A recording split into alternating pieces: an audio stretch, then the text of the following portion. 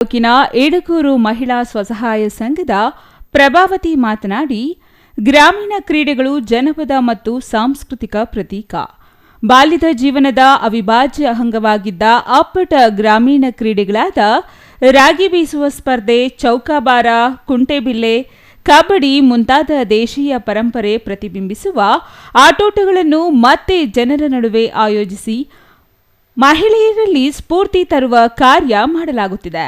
ಮಹಿಳಾ ಸ್ವಸಹಾಯ ಸಂಘಗಳ ರಾಜ್ಯ ಮತ್ತು ಜಿಲ್ಲಾ ತಾಲೂಕು ಮಟ್ಟದಲ್ಲಿ ಅತ್ಯುತ್ತಮ ಪ್ರಶಸ್ತಿಗಳು ಬಂದಿದೆ ಎಂದು ಹರ್ಷ ವ್ಯಕ್ತಪಡಿಸಿದರು. ನಮಸ್ಕಾರ. ನಮ್ಮದು 2001ರಲ್ಲಿ ಸ್ತ್ರೀಶಕ್ತಿ ಸಂಘಗಳು ಇಡಗೂರಲ್ಲಿ ಪ್ರಾರಂಭ ಆಗಿದ್ದು, ಸುಮಾರು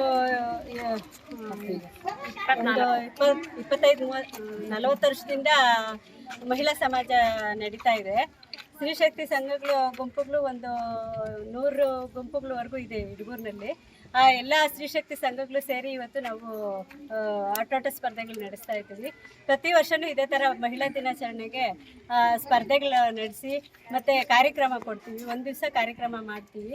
ಅವತ್ತು ಡ್ಯಾನ್ಸುಗಳು ಮತ್ತು ನಾಟಕ, ಆಶುಭಾಷಣ ಸ್ಪರ್ಧೆಗಳು, ಈ ಥರ ಹಾಡುಗಳು ಎಲ್ಲನೂ ನಡೆಸ್ಕೊಂಡು ಬರ್ತಾ ಇದ್ದೀವಿ. ನಮ್ಮೂರಲ್ಲಿ ತುಂಬ ಚೆನ್ನಾಗಿ ಸ್ಪೋರ್ಟ್ಸು ಮತ್ತು ಕಾರ್ಯಕ್ರಮಗಳು ತುಂಬ ಚೆನ್ನಾಗಿ ನಡೀತಾ ಬಂದಿದೆ. ಹಾಗೂ 2014 ಮತ್ತು 2015ನೇ ಇಸ್ವಿನಲ್ಲಿ ನಮಗೆ ಶ್ರೀ ಗಂಗಾಂಬಿಕಾ ಸ್ತ್ರೀಶಕ್ತಿ ಸ್ವಸಹಾಯ ಸಂಘಕ್ಕೆ ರಾಜ್ಯ ಮಟ್ಟದಲ್ಲಿ ಪ್ರಶಸ್ತಿ ಬಂದಿದೆ. 15ನೇ ಇಸ್ವಿನಲ್ಲಿ 2015ರಲ್ಲಿ ಲಕ್ಷ್ಮೀ ಸ್ತ್ರೀಶಕ್ತಿ ಸ್ವಸಹಾಯ ಸಂಘಕ್ಕೆ ರಾಜ್ಯ ಮಟ್ಟದಲ್ಲಿ ಪ್ರಶಸ್ತಿ ಬಂದಿದೆ. ಮತ್ತು ಇದು ಶಾರದಾ ಅನ್ನೋರಿಗೆ ಜಿಲ್ಲಾ ಮಟ್ಟದ ಕಿತ್ತೂರು ರಾಣಿ ಚೆನ್ನಮ್ಮ ಪ್ರಶಸ್ತಿ ಬಂದಿದೆ. ಹಾಗೂ ಕೃಷಿ ಸಂಘದಲ್ಲಿ ಇಬ್ಬರಿಗೆ 3 ಜನಕ್ಕೆ ಪ್ರಗತಿಪರ ರೈತ ಮಹಿಳೆ ಅಂತ ಪ್ರಶಸ್ತಿ ಬಂದಿದೆ. ಫಸ್ಟ್ ಒನ್ನು ಸಿ ಶಾರದಮ್ಮ, ನಮಗೆ ರೇಷ್ಮೆ ಬೆಳೆಯಲ್ಲಿ ಬಂದಿರೋದು ಪ್ರೈಸು.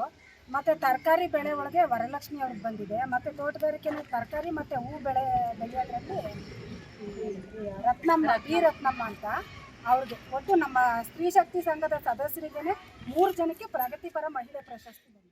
ಸಂಘದ ಪ್ರತಿನಿಧಿ ಲಕ್ಷ್ಮಿ ಮಾತನಾಡಿ, ಪಾಶ್ಚಿಮಾತ್ಯ ಸಂಸ್ಕೃತಿಯಿಂದ ದೇಶೀಯ ಆಟಗಳು, ಪರಂಪರೆ, ಜನ ಸಂಸ್ಕೃತಿ ಮರೆಯಾಗುತ್ತಿರುವ ವೇಳೆ ಗ್ರಾಮೀಣ ಕ್ರೀಡೆಗಳ ಸೊಗಡನ್ನು ಯುವಜನತೆ ಮತ್ತು ವಿಶೇಷವಾಗಿ ಮಹಿಳೆಯರಲ್ಲಿ ಇಂತಹ ಆಟೋಟಗಳ ಮೂಲಕ ಹೊಸ ತಲೆಮಾರಿಗೆ ಸಂಬಂಧ ಬೆಸೆಯುವ ಕಾರ್ಯ ಇದಾಗಿದೆ.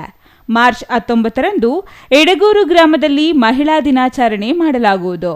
ಸಾಂಸ್ಕೃತಿಕ ಕಾರ್ಯಕ್ರಮಗಳಾದ ನಾಟಕ, ಏಕಪಾತ್ರ ಅಭಿನಯ, ನೃತ್ಯ ಮುಂತಾದ ಕಾರ್ಯಕ್ರಮಗಳನ್ನು ಹಮ್ಮಿಕೊಳ್ಳಲಾಗಿದೆ ಎಂದರು. R Manjunath, CTV news, Gauribidanur.